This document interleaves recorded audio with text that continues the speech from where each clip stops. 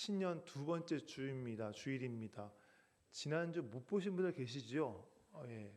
우리 같이 서로 인사 나누시겠습니다. 예, 서로 안부 전해주시고요. 인사 나누십시오. 예. 옆에 인사 나누세요. 네. 네. 또 오늘도 처음 오신 분들 계실 거예요. 네, 인사 나누시고요. 네.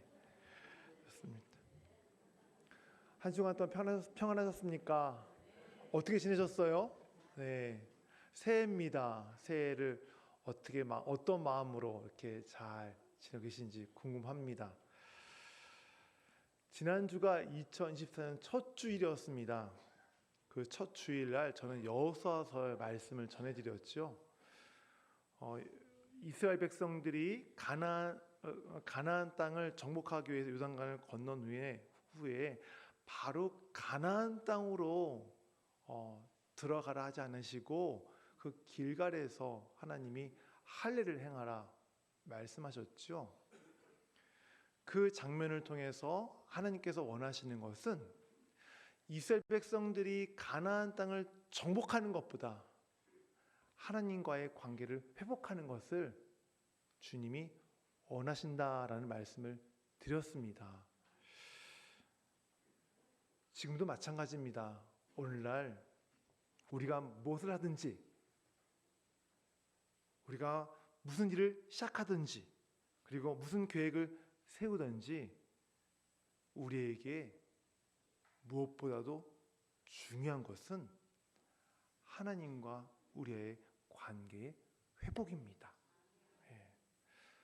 올 한 해 주제가 다시 예수를 바라보자라는 거예요. 다시 예수를 바라보자. 다시 예수 바라보고 다시 관계를 회복하고 다시 하나님과의 관계를 정립해 가자라고 하는 그 목적을 두고 올해 표를 그렇게 정했습니다. 한 해 동안 작년에 예수를 바라보신 분들은 더 흔들리지 마시고 예수를 바라보시기를 바라고요. 작년에 여기저기 기웃거리시느라 예수를 바라보지 못한 분들 계세요? 그렇다면 그분들 올해 다시 예수를 바라보시는 한 해가 되시기를 바랍니다. 예수 우리의 소망이에요. 우리의 생명이에요. 우리의 미래예요. 그분을 바라보는 자들 정말 미래와 소망이 밝을 줄 믿습니다. 아멘. 그렇다면 우리가 하나님과 이 바른 관계를 회복하기 위해서 시급한 것이 무엇일까를 한번 생각해 보면 좋겠어요. 말씀 묵상과 같은 경건 생활을 잘하는 것일까요? 은혜로운 설교를 많이 듣는 것일까요? 하나님과의 그 올바른 관계를 위해서 훈련을 받는 것일까요? 물론 이런 일 하나하나가 하나님과의 관계를 회복하는 데에 많은 도움이 됩니다. 그러나 이런 일들이 있지만 이런 일들 바탕에 더 중대한 일이 있어요. 오늘 본문을 통해서 하나님과의 바른 관계를 회복하는 데에 바탕이 되는 이 일을 함께 살펴보려고 합니다. 오늘 본문 12장은 앞에 있는 11장과 연결되어지고 있는 장입니다. 그래서 앞에 있는 11장을 좀 간략하게 설명해 드리고 12장의 말씀을 살펴보려고 합니다. 11장을 보면 예수님께서 한 바리새인의 집에 점심 식사 초대를 받으셨습니다. 그리고 그곳에 가셨어요. 그곳에서 예수님께서 바리새인들을 세 가지로 책망하세요. 어떤 책망이냐면 이런 책망입니다. 첫째는 그들이 11조를 너무 잘해요. 물질 11조를 너무 잘하는데 삶에서는 하나님의 공의를 행하지 않고 하나님에 대한 사랑을 버린 것을 주님이 책망하세요. 또는 다른 사람 앞에서 존경받는 데만 그들이 마음을 쓰고 있는 것을 하나님이 책망하세요. 세 번째는 내면에는 썩어서 막 냄새가 나는데 그런 죄들로 가득 차 있는데 마치 그렇지 않은 것처럼 사람들을 기만하는 것을 주님이 책망하셨어요. 이렇게 책망하시자 율법교사가 자기들 모욕하지 말라고 주님께 대듭니다.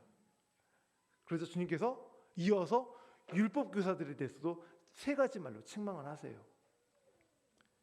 첫째는 백성들에게 율법을 지키라고 강요하면서 정작 그들은 지키지 않는 것. 두 번째는 이들이 선지자들의 무덤을 만들어 놓고 기념하지만 정작 선지자들이 전한 그 말씀에는 관심이 없는 것. 세 번째는 이들이 하나님의 말씀을 잘못 해석해 놓고서요, 아주 이상하게 막 까다롭게 변질시켜 놓고서 그 백성들을 하나님께로 제대로 인도하지 않는 것.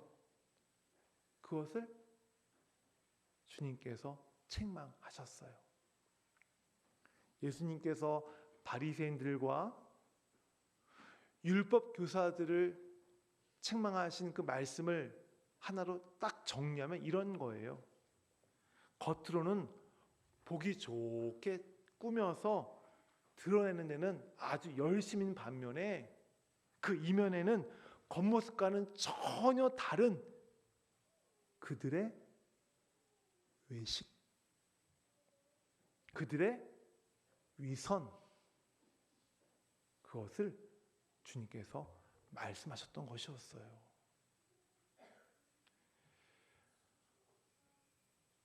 이렇게 주님께서 책망을 하시고 그 식사 자리에서 나오시는데 율법교사들과 바리새인들이 쫓아 나옵니다. 대들어요.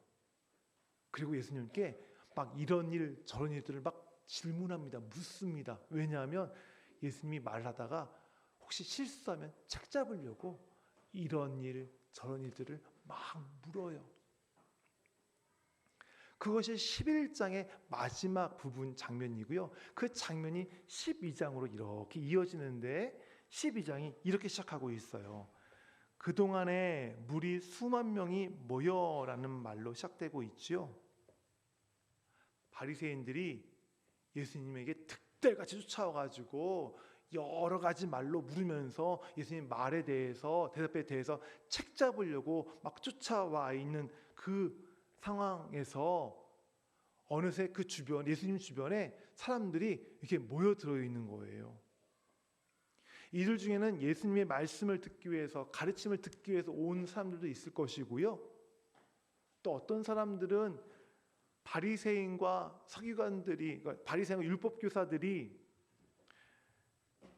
예수님의 말을 책 잡으려고 막 질문하니까 예수님이 어떻게 저들을 지금 대하시나 대답하시나 그것을 보려고 온 사람도 있었을 거예요. 어쨌든 아무튼지 간에 예수님께서 그 바리새인의 집에서 나오시는 그 상황 가운데에 많은 사람들이, 대단히 많은 사람들이 예수님 주변에 이렇게 모여들었습니다.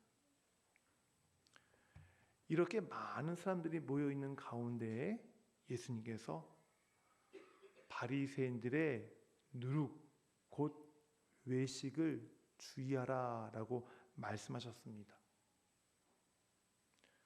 그런데 여기서 우리가 주의 깊게 봐야 될 부분이 하나 있어요.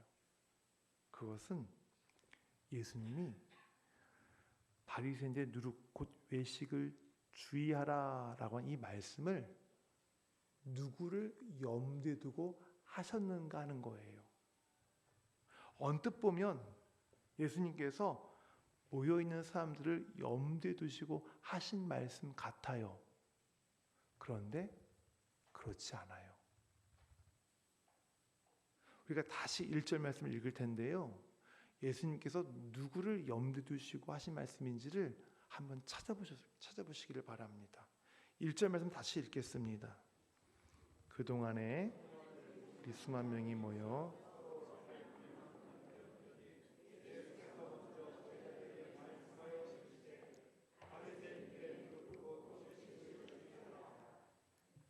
예수님이 바리새인들의 누룩 곧 외식을 주의하라 라고 누구에게 먼저 말씀하셨어요? 누구요? 제자들이에요. 사람들이 아니라 제자들에게 먼저 말씀하셨어요. 제자들이 누구예요? 금을 버리고 배 버리고 직업 버리고 가족을 떠나서 예수님 가르침 받겠다고 예수님 따라 나선 사람들이에요. 믿음으로 보나 헌신으로 보나 대단한 헌신 아니에요. 버렸잖아요. 자기 거 다 버렸잖아요. 그 헌신으로 보나 정말 말 그대로 제자라고 불릴 만한 사람들이에요. 또한 이들은 예수님의 가르침을 받고 있는 사람들이기 때문에 바리새인들의 외식과는 거리가 먼 사람들이에요. 그래서 바리새인들의 누룩 곧 외식을 주의하라 라는 이 말씀은 제자들에게 하실 말씀이 아니라 사람들에게 하셔야 될 말씀이에요. 그런데도 예수님은 모여든 사람들이 아니라 제자들에게 먼저 그 말씀을 하셨어요. 이것은 주님이 제자들에게 바리새인의 위선을 보기 전에 먼저 너희 안에 위선이 없는지 살피라는 말씀이에요. 다시 말해서 모든 것을 다 포기하고 헌신하고 예수님의 가르침을 따르는 제자일지라도 경계하지 않으면 위선에 빠질 수 있음을 말씀하신 거예요.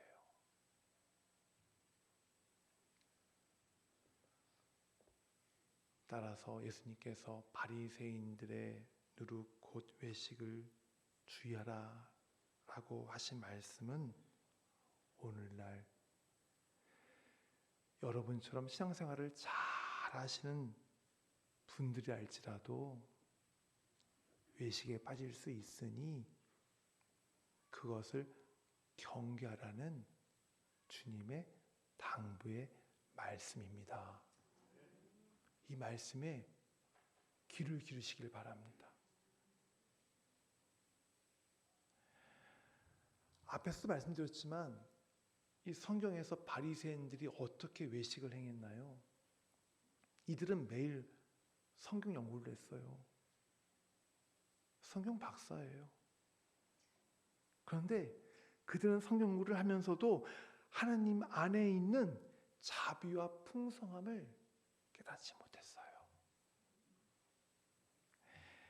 그들은 하나님의 은혜를 고백했지만 그 고백의 참된 의미를 깨닫지 못했어요. 그저 말로만 앵무새처럼 하나님의 은혜를 되풀이할 뿐이었어요. 하나님을 사랑한다 했지만 하나님을 조건부로 사랑하는, 하나님은 조건을 갖춰야 사랑하는 분으로 그들은 그렇게 알고 있었어요.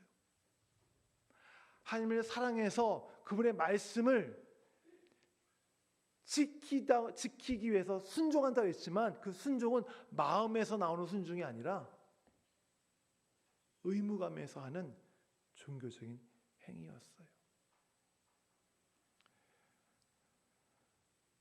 이름에도 불구하고 이들은 남들로부터 자신이 높임받고 거룩하게 보이는 곳에만 온통 마음이 가 있었기 때문에 속으로는 이것들을 너무 원하면서도 겉으로는 아닌 척, 경건한 척, 거룩한 척, 의로운 척, 그렇게 이중적이었어요. 이들의 겉으로 드러나는 신앙생활은 한없이 거룩했지만 속마음에는 온갖 더럽고 냄새나는 것들로 가득 차 있었습니다. 그래서 주님께서 이들을 뭐라고 책망하세요? 회칠한 무덤이라고 책망하셨죠. 이스라엘에 가면은 무덤을 그 무덤 곁을 하얗게 색칠을 해놔요. 그 무덤에 닿으면 이게 불결, 그 율법을 어기는 그런 불결하다고 느끼기 때문에 여겼기 때문에 무덤만 표시를 갖다가 하얀 회칠로 예쁘게 해 놓았어요. 근데 하얀색으로 해 놓으니까 얼마나 아름다워요? 그런데 그 안에는 뭐가 있어요? 냄새나는 썩어가는 시체만 있을 뿐이잖아요. 그래서 회칠한 무덤이라고 책망하셨던 거예요. 겉과 속이 전혀 다른 그들을 책망하셨던 거예요. 이러한 위선이 바리새인들에게만 있었던 것이 아니라 지금 우리들 안에도 이러한 위선이 있을 수 있음을 깨달으시고 오늘 말씀 앞에서 겸손하게 인정하시기를 바랍니다. 특히 저를 비롯한 사역자들, 직분자들, 그리고 오랫동안 신앙생활을 잘 해오신 분들, 이 부분에 있어서 영적으로 더 민감해지시기를 바랍니다. 봉사 많이 하고 기도 많이 하고 말씀 많이 읽고 성경 연구 열심히 하고 설교를 하는데 힘을 씁니다. 물론 이런 신앙적인 열심 필요합니다. 있어야 합니다. 그러나 기억할 것이 하나 있어요. 이러한 신앙적인 열심 속에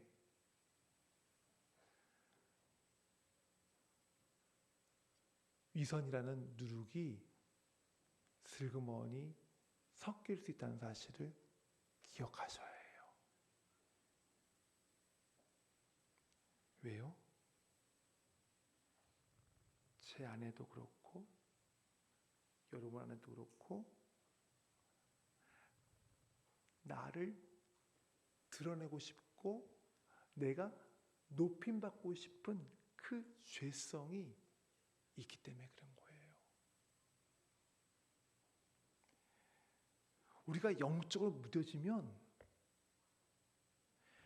신앙적 열정과 열심이 기도 많이 하는 그 경건이 봉사 많이 하는 헌신이 그리고 말씀을 많이 읽는 그 모습들이 결국은 나를 드러내고 나를 높이는 도구로 전락하게 만듭니다.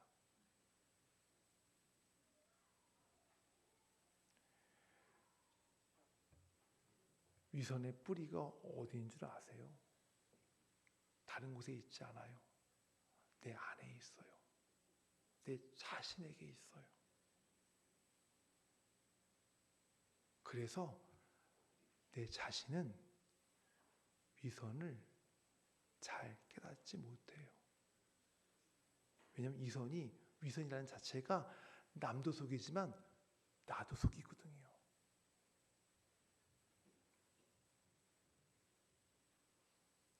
오늘 말씀 제목이 하나님과 올바른 관계 회복하기. 근데 이 위선이 하느님과의 관계를 이어가는데 굉장히 위협적인 존재입니다. 왜 위협적이냐면 이 위선이 상대방만 속이는 것이 아니에요. 심각한 것은 그 위선이 누구를 속여요? 하나님을 속이기 때문에 위험한 거예요. 무서운 거예요.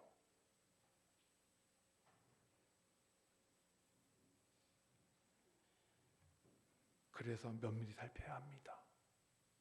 뭘요? 마음을요. 우리 자신의 마음에 위선의 누룩이 있는지 없는지를 면밀히 살펴야 합니다. 그리고 자기를 부인하고 예수 그리스도의 십자가를 자랑하는 그 겸손의 자리로 날마다 결단하고 그 결단을 반복하면서 그 낮은 자리로 내려가야 합니다. 그렇지 않으면 우리는 위선에 빠질 수 있는 그런 존재들이에요. 연약한 존재들이에요.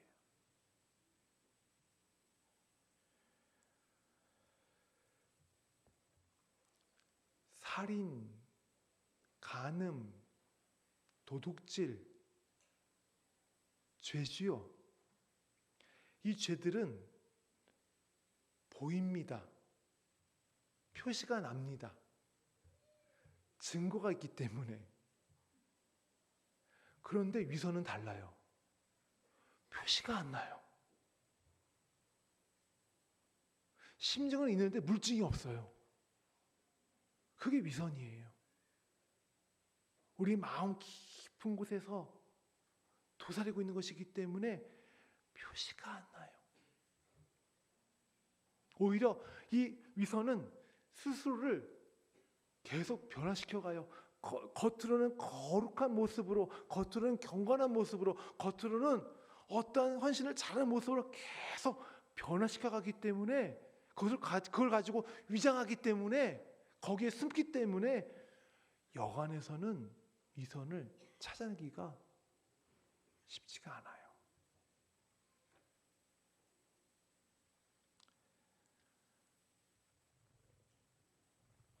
그래서 찰스 스펄전 목사님이 이런 얘기를 했어요. 잘 들어보세요. 위선자들은 참된 그리스도인의 모습을 그럴싸하게 모방한다. 평범한 이들의 눈에는 그들이 너무나 훌륭한 위조품이기에 일절 의심을 사지 않는다.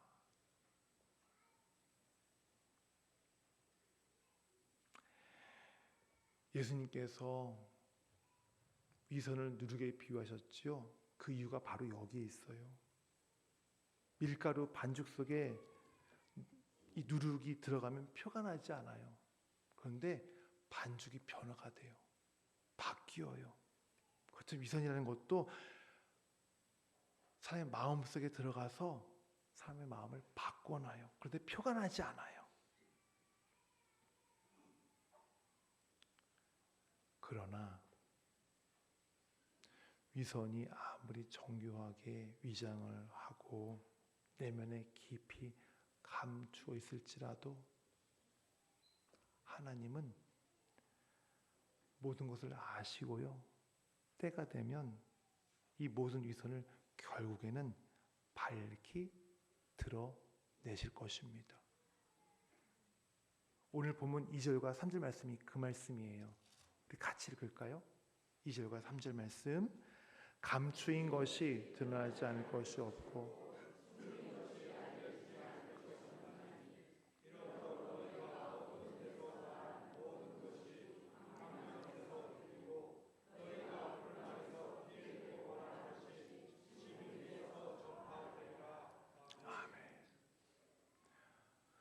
이 말씀이 저와 여러분의 마음에 울림을 주시는 말씀이 되기를 바랍니다.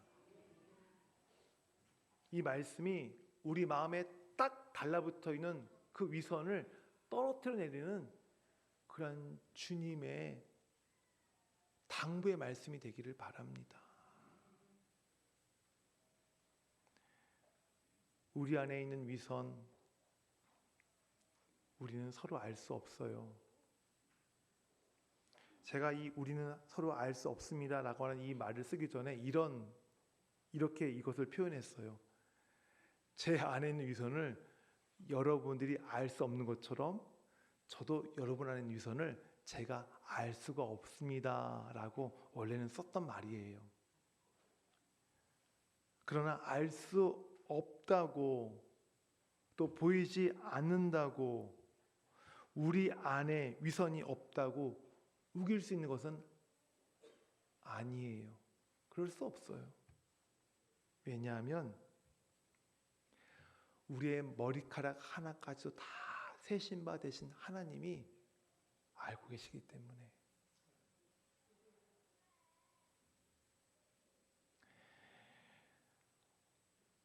바리새인들의 누룩 곧 외식을 주의하라. 우리는 인정해야 돼요. 위선을 우리의 힘으로 경계할 수도 없고 우리 안에 있는 위선을 우리 힘으로 떨쳐낼 수도 없어요. 벗어날 수도 없어요. 그래서 위선을 우리가 경계할 수 있도록 우리의 도움이신 성령님께 구해야 하는 것입니다. 우리 안에 누룩처럼 퍼져 있는 그 위선을 떨쳐낼 수 있게 달라고 성령의 충만함을 우리가 구해야 하는 것입니다. 또 우리가 연약하잖아요. 부지불식간에 위선으로 하나님도 속이고 상대방도 속이고 또 나를 속일 수 있는 그런 연약한 사람임을 인정하고 고백하고 회개하면서 나아가야 하는 것입니다. 이것이 하나님과 관계를 회복하기 위한 저와 여러분이 해야 될 일이에요. 하나님과 관계 회복을 간절히 원하는 우리 공동체 여러분 모두에게 우리 성령 하나님의 도우심이 있기를 소원합니다. 아멘. 우리 기도하겠습니다.